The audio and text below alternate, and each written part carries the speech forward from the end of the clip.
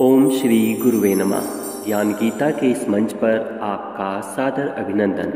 आज के इस वीडियो में हम भगवान श्री हरि विष्णु के बृहस्पतिवार व्रत की पावन कथा, व्रत के नियम, इसके विधि विधान और इसकी आरती को जानेंगे। तो चलिए वीडियो की शुरुआत करते हैं और सबसे पहले जानते हैं इस व्रत से जुड़े विधि विधान और नियमों को। अगर आप पहली बार गुरुवार का व्रत रखने जा रहे हैं तो आपको उस गुरुवार का चयन करना चाहिए जिस दिन पुष्य नक्षत्र हो। अगर यह संभव ना हो पाए तो किसी भी मास के शुक्ल पक्ष के पहले गुरुवार से इस व्रत की शुरुआत कर सकते हैं। इस बात का ख्याल रहे कि जब भी व्रत प्रारंभ करने जा रहे हों तो उस दौरान पौष मास यानी कि खर मास ना हो। अगर आप गुरुवार के दिन विष्णु भगवान की पूजा करते हैं तो उस दिन आपको केले का सेवन नहीं करना चाहिए। इस दिन केले के पेड़ में भगवान श्री हरि विष्णु का वास माना जाता है, इसीलिए गुरुवार के दिन केले के पेड़ पर जल अर्पित करें और उसका विधि विधान से पूजन करें। अगर हो सके तो गुरुवार के दिन उड़द की दाल व चावल के सेवन से परहेज करना चाहिए। गुरुवार के दिन दाढ़ी, बाल, नाखून नहीं कटाने चाहिए और इसके साथ ही इस दिन कपड़े धोने व सिर धोने आदि की भी मनाही होती है। पूजा के दौरान पीले कपड़े पहनने चाहिए। पीले फल और पीले फूल भगवान श्री हरि विष्णु और गुरु बृहस्पति देव को बेहद प्रिय हैं, इसीलिए पूजा के दौरान ये चीजें जरूर अर्पित करें। जिस प्रकार से 16 सोमवार का व्रत रखा जाता है, ठीक उसी प्रकार 16 गुरुवार का भी व्रत रखते हैं। आइए अब जानते हैं गुरुवार व्रत से जुड़े नियमों को। गुरुवार के दिन सुबह जल्दी उठकर नित्य क्रम और स्नान करें। इसके बाद पूजा घर या केले के पेड़ के नीचे भगवान श्री हरि विष्णु की प्रतिमा या फोटो स्थापित करें। कोई नया छोटा सा पीला वस्त्र भगवान को अर्पित करें। हाथ में अक्षत पुष्प और जल लेकर व्रत का संकल्प लें। एक लोटे में पानी और हल्दी डालकर पूजा के स्थान पर रख लें। भगवान को गुड़ और धुली चने की दाल का भोग लगाएं। गुरुवार व्रत की कथा का पाठ करें, मंत्र जाप करें व आरती करें। इसके बाद भगवान को प्रणाम करें और हल्दी वाला पानी केले की जड़ या किसी अन्य पौधे की जड़ में डाल दें। गुरुवार के दिन भगवान विष्णु की पूजा आराधना करने के बाद गुड़, पीला कपड़ा, चने की दाल और केला भगवान को अर्पित करने के बाद गरीबों में दान कर देना चाहिए। कहते हैं इससे भगवान विष्णु की कृपा दृष्टि बनी रहती है। गुरुवार के दिन गाय को रोटी और गुड़ खिलाने से सभी कष्ट दूर होते हैं और जीवन में खुशियां आती है। अब हम आपको बृहस्पतिवार के व्रत की कथा सुनाते हैं। आइए हाथ में अक्षत पुष्प और जल लेकर के कथा को श्रवण करें। अथ श्री बृहस्पतिवार व्रत कथा। भारतवर्ष में एक प्रतापी और दानी राजा राज्य करता था। वह नित्य गरीबों और ब्राह्मणों की सहायता करता था। यह बात उसकी रानी को अच्छी नहीं लगती थी। वह न तो गरीबों को दान देती, न भगवान का पूजन करती और राजा को भी दान देने से मना किया करती थी। एक दिन राजा शिकार खेलने वन को गए हुए थे तो रानी महल में अकेली थी। उसी समय बृहस्पति देव साधु वेश में राजा के महल में भिक्षा के लिए आ गए और भिक्षा मांगी तो रानी ने भिक्षा देने से इनकार किया और कहा, हे साधु महाराज, मैं तो दान पुण्य से तंग आ गई हूँ। मेरा पति सारा दिन धन लुटाते रहते हैं।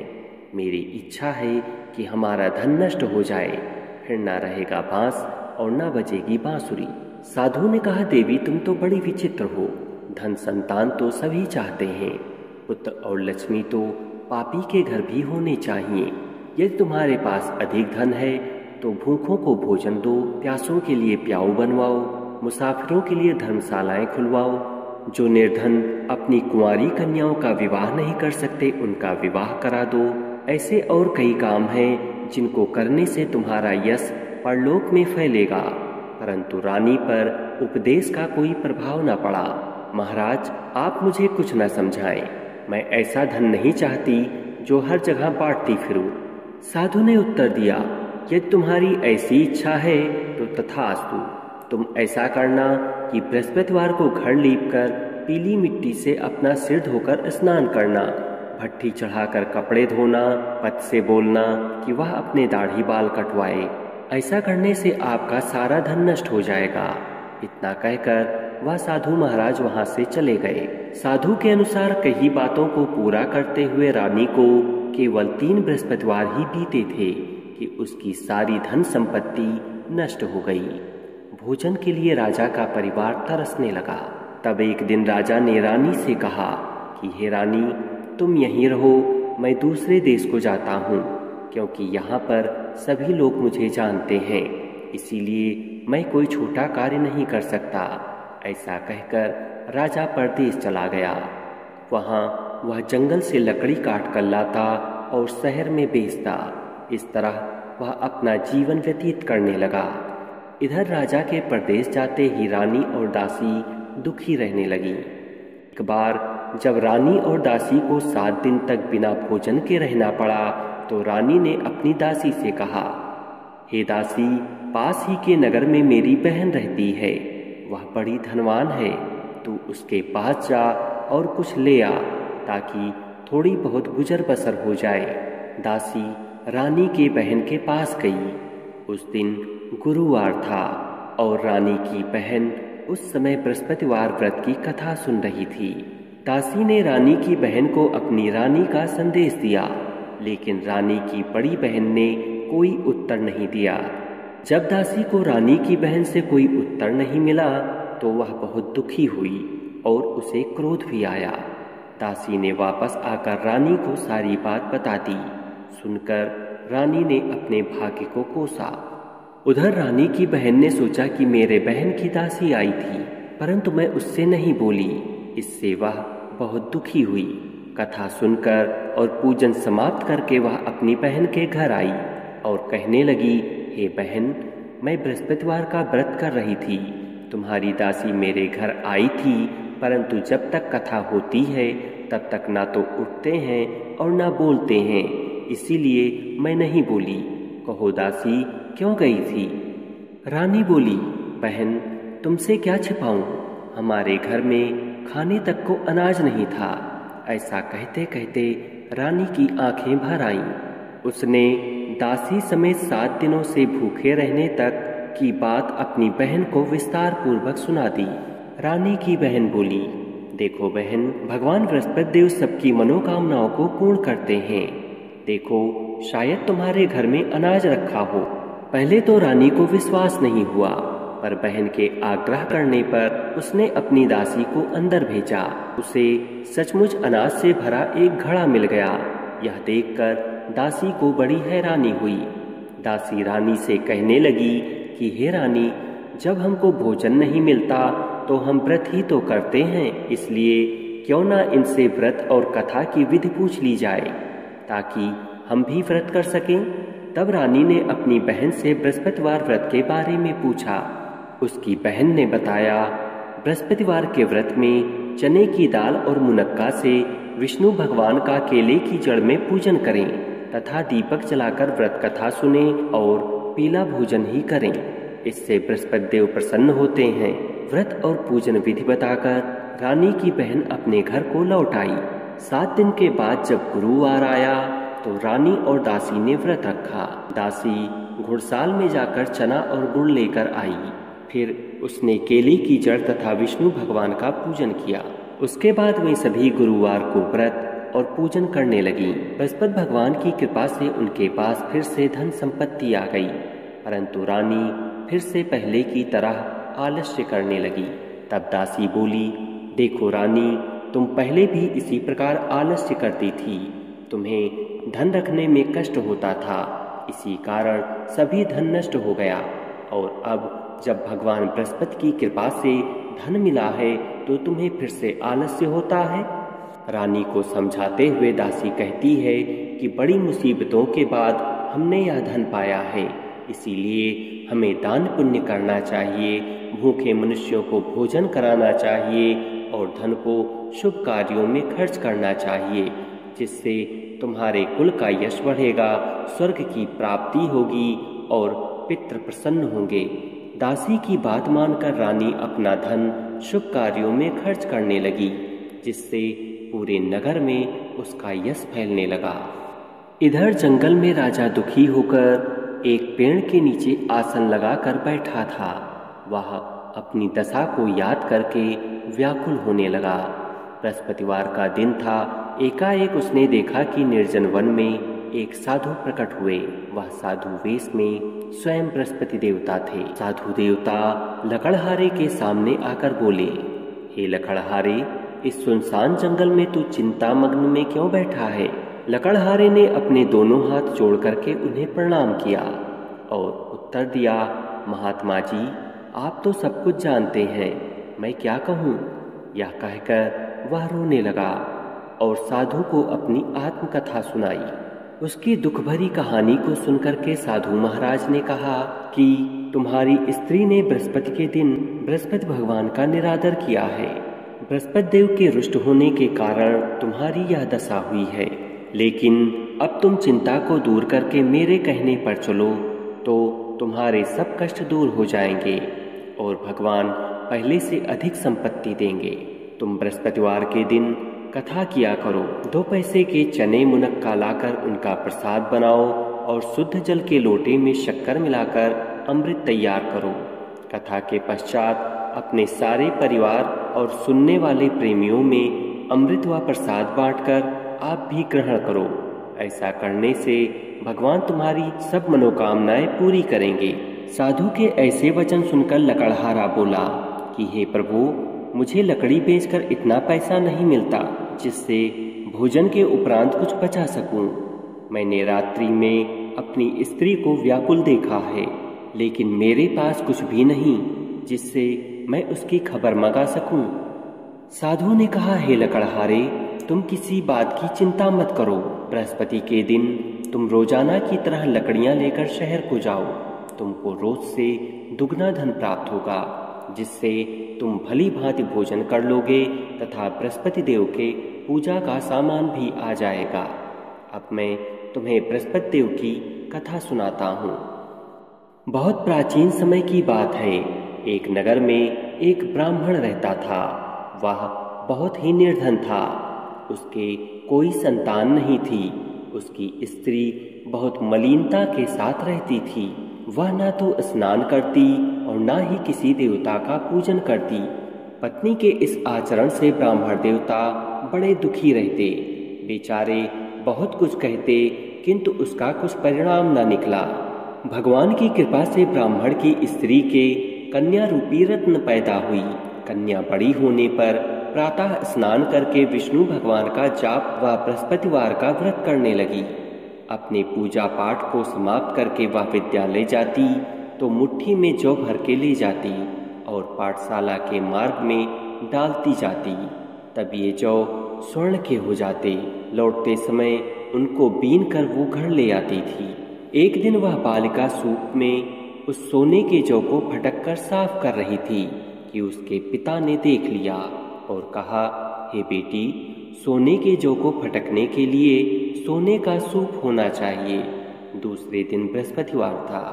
इस कन्या ने व्रत रखा और बृहस्पति देव से प्रार्थना की कि मैंने आपकी पूजा सच्चे मन से की हो तो मेरे लिए सोने का सूप दे दो। बृहस्पति देव ने उसकी प्रार्थना स्वीकार कर ली। रोजाना की तरह वह कन्या जौ फैलाती हुई जाने लगी। जब लौटकर जौ बीन रही थी तो बृहस्पति देव की कृपा से उसे सोने का सूप मिला, जिसे वह घर ले आई और उससे जौ साफ करने लगी। परंतु उसकी माँ का वही ढंग रहा। एक दिन की बात है, वह कन्या सोने के सूप में जौ को साफ कर रही थी। उस समय उस शहर का राजपुत्र वहां से होकर निकला। उस कन्या के रूप और कार्य को देखकर वह मोहित हो गया तथा अपने घर आकर भोजन तथा जल को त्याग कर उदास होकर के लेट गया। राजा को इस बात का पता लगा तो अपने प्रधानमंत्री के साथ उसके पास गए और बोले, हे बेटा, तुम्हें किस बात का कष्ट है? किसी ने अपमान किया है अथवा कोई और कारण हो तो कहो, मैं वही कार्य करूँगा जिससे तुम्हें प्रसन्नता हो। अपने पिता की राजकुमार ने बातें सुनी तो वह बोला, मुझे आपकी कृपा से किसी बात का दुख नहीं है, किसी ने मेरा अपमान नहीं किया, परंतु मैं उस लड़की से विवाह करना चाहता हूँ जो सोने के सूप में जौ साफ कर रही थी। यह सुनकर राजा आश्चर्य में पड़ गया और बोला, हे बेटा, इस तरह की कन्या का पता तुम ही लगाओ, मैं उसके साथ तेरा विवाह अवश्य करवा दूंगा। राजकुमार ने उस लड़की के घर का पता बतलाया। तब मंत्री उस लड़की के घर गए और ब्राह्मण देवता को सभी हाल बतलाया। ब्राह्मण देवता राजकुमार के साथ अपनी कन्या का विवाह करने के लिए तैयार हो गए तथा विधि विधान के अनुसार ब्राह्मण की कन्या का विवाह राजकुमार के साथ हो गया। कन्या के घर से जाते ही पहले की भांति उस ब्राह्मण देवता के घर में गरीबी का निवास हो गया। अब भोजन के लिए भी अन्न बड़ी मुश्किल से मिलता था। एक दिन दुखी होकर ब्राह्मण देवता अपनी पुत्री के पास गए। बेटी ने पिता के दुखी अवस्था को देखा और अपनी माँ का हाल पूछा। तब ब्राह्मण ने सभी हाल कहा। कन्या ने बहुत सा धन देकर अपने पिता को विदा कर दिया। इस तरह ब्राह्मण का कुछ समय सुखपूर्वक व्यतीत हुआ। कुछ दिन बाद फिर वही हाल हो गया। ब्राह्मण फिर अपनी कन्या के पास गया और सारा हाल कहा तो लड़की बोली, हे पिताजी, आप माताजी को यहाँ लिवा लाओ, मैं उसे विधि बता दूंगी जिससे गरीबी दूर हो जाए। वह ब्राह्मण देवता अपनी स्त्री को साथ लेकर पहुँचे तो अपनी माँ को समझाने लगी, हे माँ, तुम प्रातः काल प्रथम स्नान आदि करके विष्णु भगवान का पूजन करो तो सब दरिद्रता दूर हो जाएगी। परंतु उसकी माँ ने एक भी बात नहीं मानी और प्रातः काल उठकर अपनी पुत्री के बच्चों के जूठन को खा लिया। इससे उसकी पुत्री को बहुत गुस्सा आया।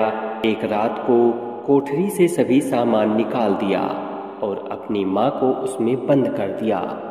प्रातःकाल उसमें से उसने माँ को निकाला, स्नान आदि करा के पाठ करवाया तो उसकी बुद्धि ठीक हो गई और फिर प्रत्येक बृहस्पतिवार को वह व्रत रखने लगी। इस व्रत के प्रभाव से उसके माँ बाप बहुत ही धनवान और पुत्रवान हो गए और बृहस्पति जी के प्रभाव से इस लोक में सुख भोग कर स्वर्ग को प्राप्त हुए। इस प्रकार से बृहस्पति देव की कथा सुना करके साधु देवता अंतर्ध्यान हो गए। धीरे धीरे समय व्यतीत होने पर फिर वही बृहस्पतिवार का दिन आया। लकड़हारा जंगल से लकड़ी काटकर किसी शहर में बेचने गया। उसे उस दिन और दिन से अधिक पैसा मिला। राजा ने चना गुड़ आदि लाकर गुरुवार का व्रत किया। उस दिन से उसके सभी क्लेश दूर हुए। परंतु जब दोबारा गुरुवार का दिन आया तो बृहस्पतिवार का व्रत करना भूल गया। इस कारण बृहस्पति भगवान नाराज हो गए। उसी दिन उस नगर के राजा ने विशाल यज्ञ का आयोजन किया तथा शहर में यह घोषणा करा दी कि कोई भी मनुष्य अपने घर में भोजन न बनावे, ना ही आग जलावे। समस्त जनता मेरे यहाँ भोजन करने आवे। इस आज्ञा को जो ना मानेगा उसे फांसी की सजा दी जाएगी। इस तरह की घोषणा संपूर्ण नगर में करा दी गई। राजा की आज्ञानुसार शहर के सभी लोग भोजन करने गए, लेकिन लकड़हारा कुछ देर से पहुंचा।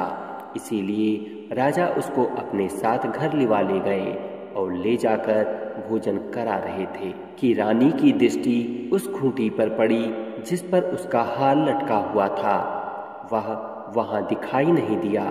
रानी ने निश्चय किया कि मेरा हार इस मनुष्य ने चुरा लिया है। उसी समय सिपाहियों को बुलाकर उसे कारागार में डलवा दिया।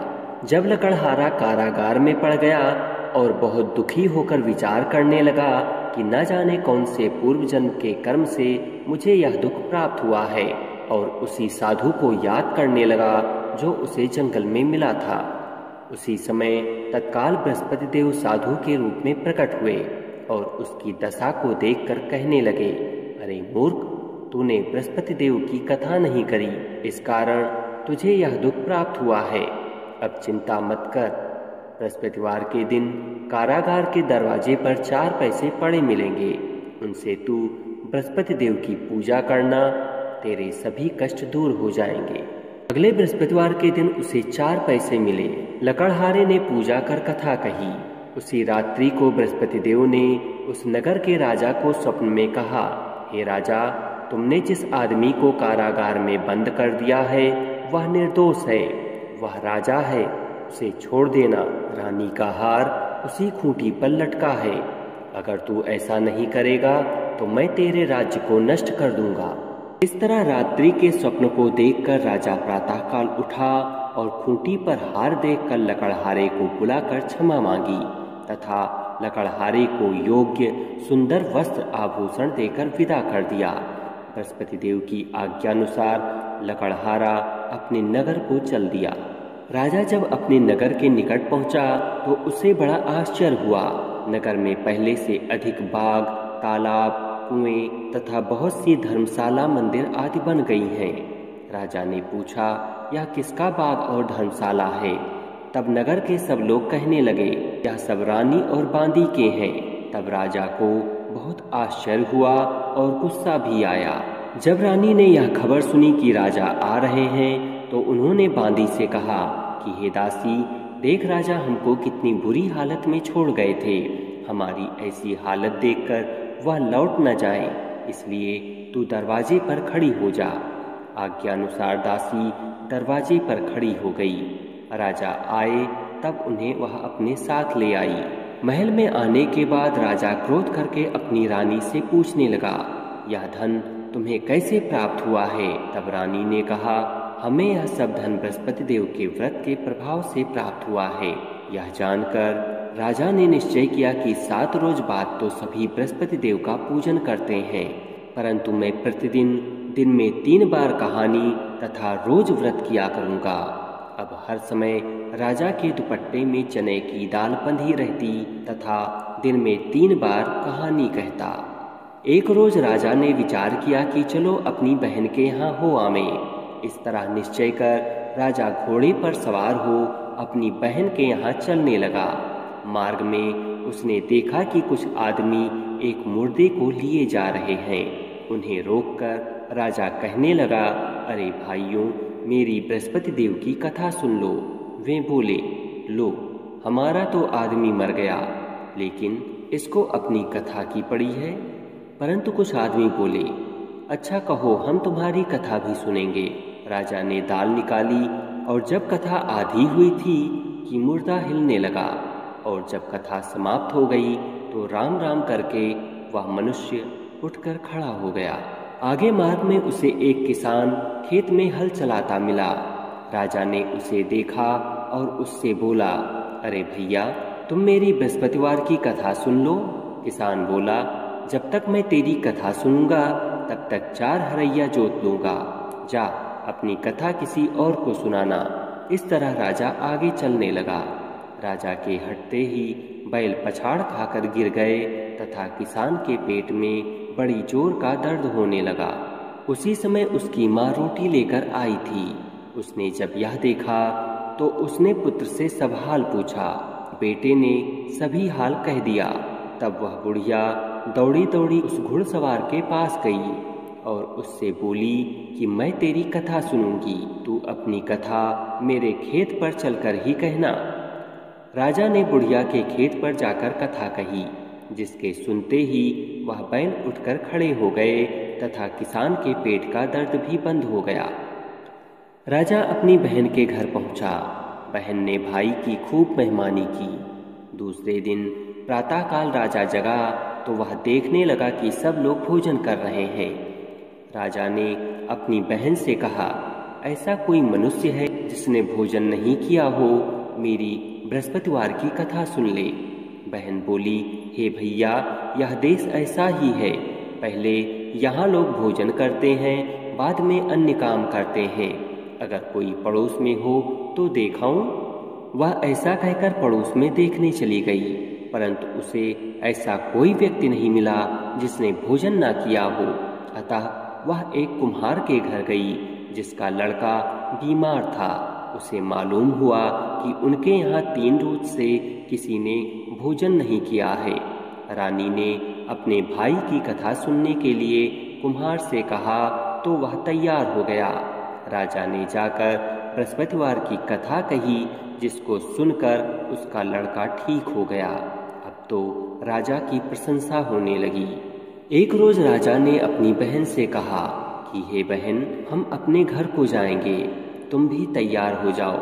राजा की बहन ने इस बात को अपनी सास से पूछा। सास ने कहा, ठीक है चली जा, परंतु अपने लड़कों को मत ले जाना, क्योंकि तेरे भाई के कोई औलाद नहीं है। राजा की बहन ने अपने भाई से कहा, हे भैया, मैं तो चलूंगी, पर कोई बालक नहीं जाएगा।